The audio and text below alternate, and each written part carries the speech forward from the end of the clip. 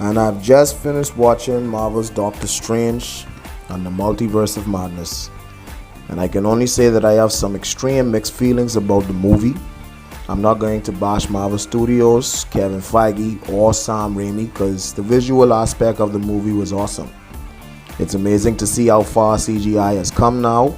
Damn, if it was just for seeing all the fight, transformations, and dimensions I saw, I would have not mind not having to hear the movie. Unfortunately, I had to, and my ears are very annoyed for that.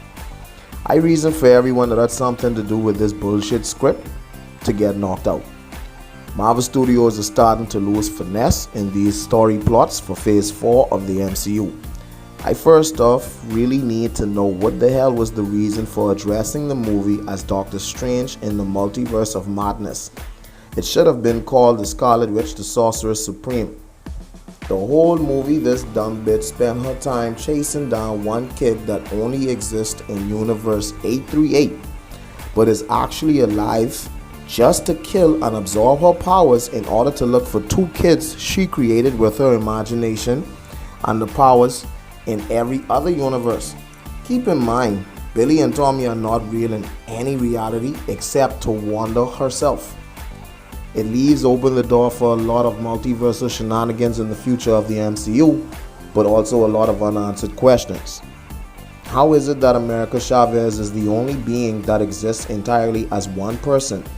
She claims that she has looked and has not found another version of herself. With the knowledge it makes me wonder how many universes did she travel to between the ages of 10 and 14.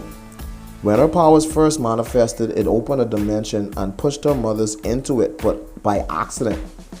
All because of the pain she was under from a bee sting. So I ask, how was she able to control her powers to search for other versions of herself if by the time we're introduced to her, she is running from demons and has no control over her powers?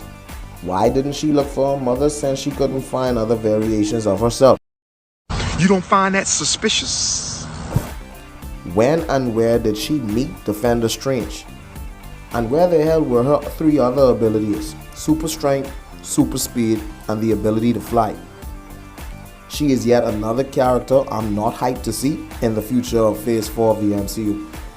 And Yoshi Gomez did not strike me as a good actress. Neither her nor her character was believable. She was only placed in this movie as a plot piece and a dumbass reason to make this movie, if I do say so myself. But Stephen Strange was made a very interesting protagonist and antagonist in this sequel. I loved every minute of seeing him on screen because the first Doctor Strange film had me hooked. And just because of his abilities and Benedict Cumberbatch's portrayal of him had me hyped for this movie. It's just that I wish he had a way better script to work with because it did not feel like a sequel to his first outing as the master of the mystic arts, or a prelude to his meddling in the affairs of Spider-Man at Peter Parker's request. However, I do love when Marvel Studios pays attention to some of the fans' requests, although almost every single cameo that was introduced was killed off with the exception of one. They were still all well received. Pardon my pun, but it was strange to see all the different versions of Doctor Strange in the MCU, but it was worth it. Each one had a different title: the Illuminati Strange, Defender Strange, Sinister Strange that was introduced to us in What If TV series, and my all-time favorite, Zombie Strange, which in my book was the most powerful version of him. Seeing him control the souls of the damned to do his bidding, including making his trademark cape, was truly something only Sam Raimi can do. And if for no other reason than just the visual effects alone, I just want to see what James Wan did with the first Aquaman, and then to see the mind of Sam Raimi brought to Marvel Studios is just amazing. And I hope it's not just me that hopes they both work together to bring Namor the Submariner and his version of Atlantis to life. But oh my god, was it incredible and heartbreaking to see the Illuminati of Earth 838 being revealed and wiped out all in the same go. I was literally on the edge of my seat to see Patrick Stewart reprise his role once again as Professor Charles Xavier. The theme song from the original 90s X-Men cartoon I grew up on even played to herald his arrival. They even gave him the all-green suit, the yellow hover chair, and the pose he does when he uses his hands to touch his temple when he using his powers. But having his neck broken at the hands of Wanda while he was inside her head attempting to free the peaceful version of Wanda Maximoff was heartbreaking. And it marks the third time that we've seen Professor X die on screen. Tragic. The deaths of the other members of the Illuminati was just as gory. Though Black Bolt's demise was hilarious to me, the flashback of him killing Illuminati Strange has me puzzled. Because the powers of Black Bolt's voice in the cartoon and comics was always too problematic to be heard by anyone in his vicinity. But yet in the flashback, the entire Illuminati team was no less than 6 feet apart when he killed their Strange. What the fuck? Just questioning, how is that possible? But seeing the way Wanda removed his mouth so his words backfired into his brain was a WTF moment for me. Sorry, Anson Mount, but it seems Marvel Studios really doesn't like you. Reed Richards' death was funny to me as well. I mean, what better way to get rid of elastic or rubber than to freeze, burn, or shred it?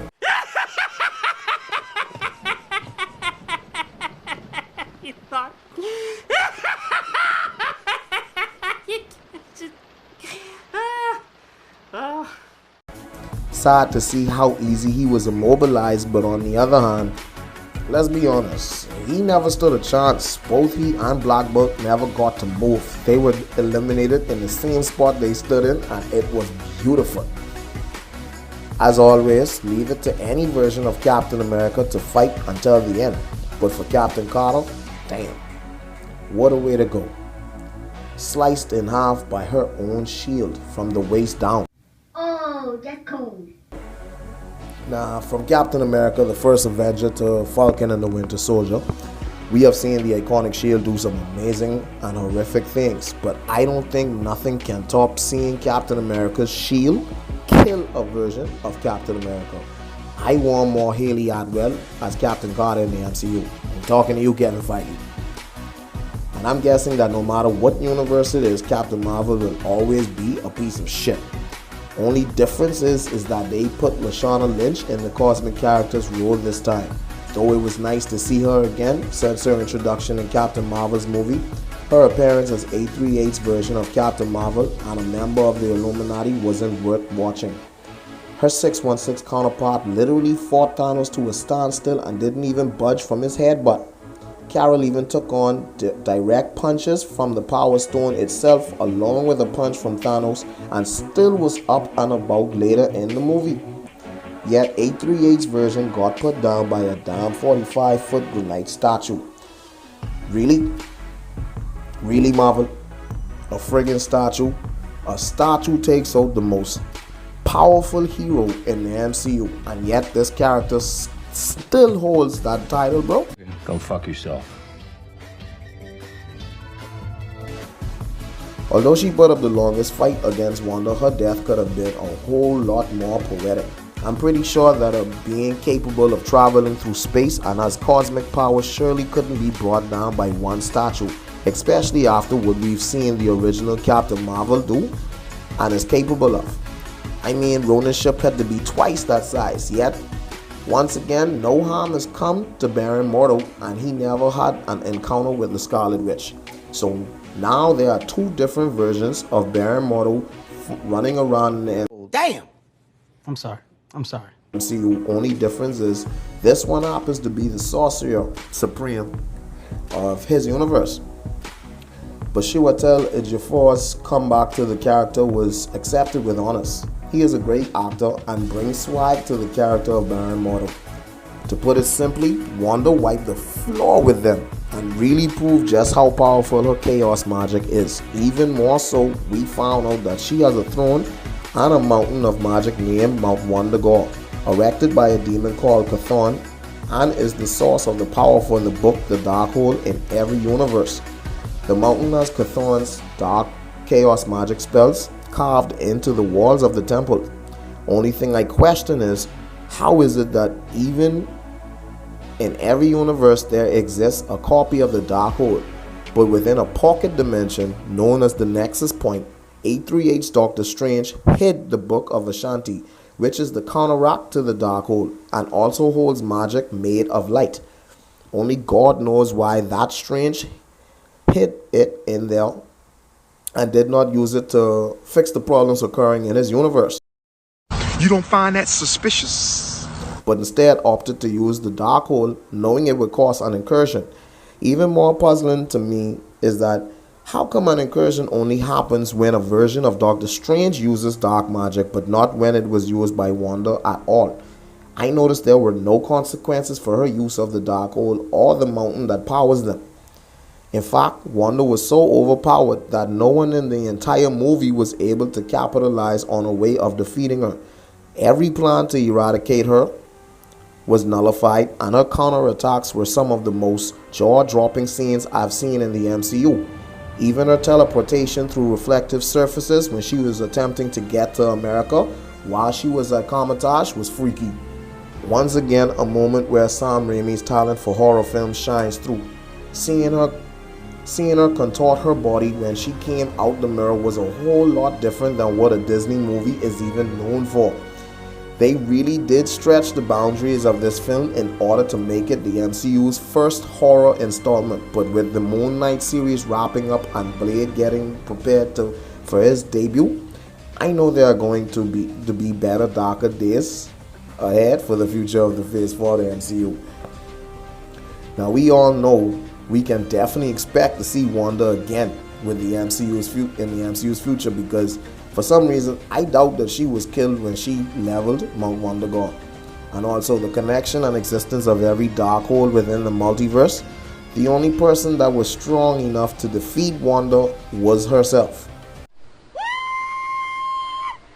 So I know we have not seen the last of her. And kudos to Benedict Cumberbatch and Elizabeth Olsen for a job well done. Both of them deserves Oscars for their portrayal of not just their characters, but every iteration that was shown throughout the movie. They really were awesome and worked well together.